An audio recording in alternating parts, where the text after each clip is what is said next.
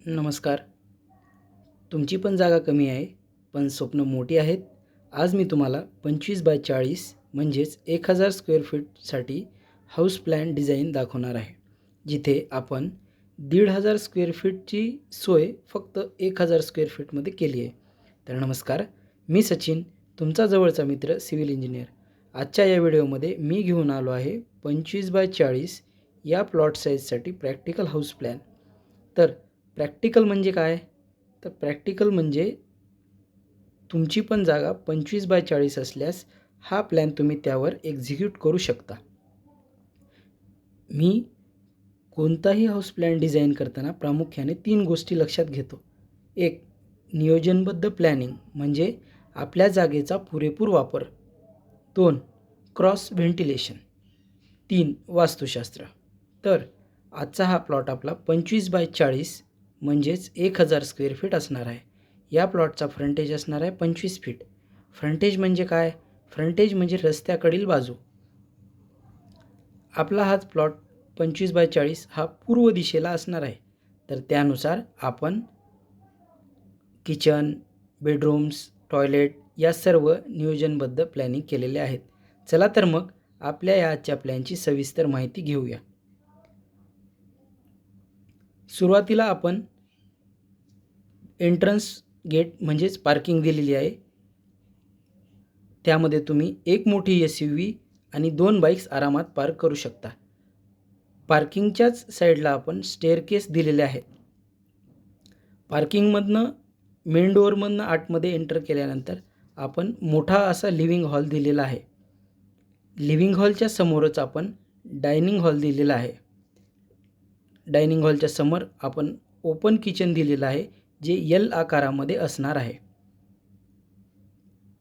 Open किचनच्याच बाजूला आपण utility दिलेली आहे, ज्याचा उपयोग तुम्ही वेट किचनमधून सुद्धा करू शकता.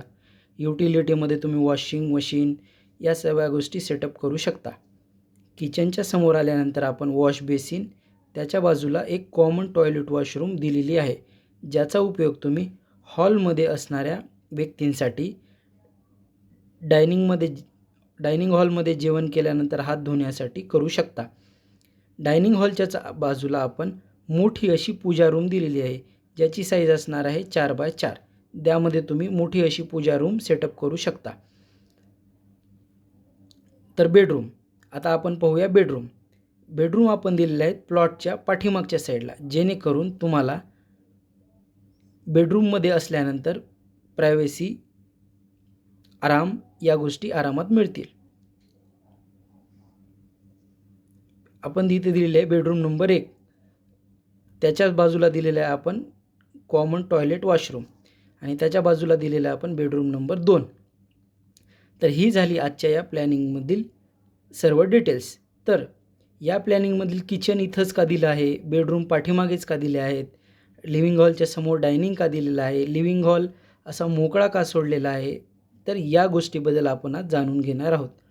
तर किचन आपण दिलेलं आहे आग्नेय दिशेला, कारण आपला प्लॉट हा पूर्व दिशेला असल्यामुळे आपण किचन दिलेलं आहे आग्नेय दिशेला. वास्तुशास्त्रानुसार किचन हे आग्नेय दिशेला असते, म्हणजेच साऊथ वेस्ट या डायरेक्शनला असते. त्याच डायरेक्शनला आपण किचन हे डिझाईन केलेलं आहे. किचनच्या शेजारी आपण युटिलिटीज डिझाईन केलेली आहे, जे किचनच्या लगत असणार आहे, ज्याचा उपयोग तुम्ही वॉशिंग मशीन, वेट किचनमधून सुद्धा करू शकता. तर ही झाली आपल्या किचनची वैशिष्ट्य. त्यानंतर समोर आल्यानंतर आपण लिव्हिंग हॉल आणि डायनिंग हॉल हा एकत्रच दिलेला आहे, जेणेकरून तुम्हाला लिव्हिंग हॉल हा मोठा अनुरूप असा वापरण्यासाठी मिळेल. कारण यामध्ये जर आपण एखादं वॉल पार्टिशन जर दिलं तर ते खूप कंजेस्टेड किंवा थोडंसं म्हणजे वापरण्यासाठी तुम्हाला त्रासदायक ठरेल. म्हणून लिव्हिंग हॉल आणि डायनिंग हॉल आपण मोकळे एकदम स्पेशियस असं दिलेले आहेत. त्याच्यासमोरच आपण वॉश बेसिन आणि कॉमन टॉयलेट वॉशरूम डिझाईन केलेलं आहे, ज्याचा उपयोग जेवण झाल्यानंतर हात धुण्याकरता लिव्हिंग हॉलमधील व्यक्तींकरता होतील. त्याच्यासमोरच आपण दिलेली मोठी पूजा रूम, म्हणजे लिव्हिंग हॉलमध्ये प्रसन्नता, शांतता आरामात तुम्हाला भेटू शकेल समोरच पूजा रूम असल्यामुळे. आता आपण दिलेले पाठीमागच्या साईडला बेडरूम, कारण बेडरूममध्ये शांतता हवी असते झोप घेण्यासाठी, अभ्यास करण्यासाठी. म्हणून आपण ह्या बेडरूम्स पाठीमागच्या साईडला दिलेल्या आहेत. तर आपण इथं डोअर देऊ शकलो असतो बेडरूमचं, या कॉलमपासून इथं आपण बेडरूम्सची डोअर देऊ शकलो असतो. पण आपल्याला बेडरूममध्ये प्रायव्हसी हवी होती, म्हणून आपण या बेडरूमचे डिझाईन एकमेकाच्या समोर डोअर डिझाईन केल्यामुळे या बेडरूमलाही प्रायव्हसी मिळते आणि या बेडरूमलाही प्रायव्हसी मिळते. आता आपण सुरुवातीला म्हणल्याप्रमाणे 3 गोष्टी, त्याच्यातली एक व्हेंटिलेशन. तर आता घरामध्ये व्हेंटिलेशन कसं येणार? तर व्हेंटिलेशन म्हणजे मोकळी हवा, खेळता सूर्यप्रकाश दिवसभर घरामध्ये आरामात मिळण्यासाठी आपण व्हेंटिलेशनची सोय करतो. कारण आजच्या या वाढत्या लोकसंख्येमध्ये आपला प्लॉट हा 3 बाजूनं मोकळा असेलच असे नाही. आपल्या तिन्ही बाजूला दुसऱ्याचे बांधकाम किंवा जुनं घर असंही असू शकतं. त्यामुळे आपल्या प्लॉटच्या साईजमध्येच आपल्या जागेचा पुरेपूर योग्य वापर करून आपण व्हेंटिलेशन डिझाईन केलं पाहिजे, ज्याचा उपयोग आपल्याला बेडरूम्समध्ये, हॉलमध्ये, किचनसाठी किंवा बाथरूमसाठी व्हेंटिलेशन म्हणून वापरता येईल.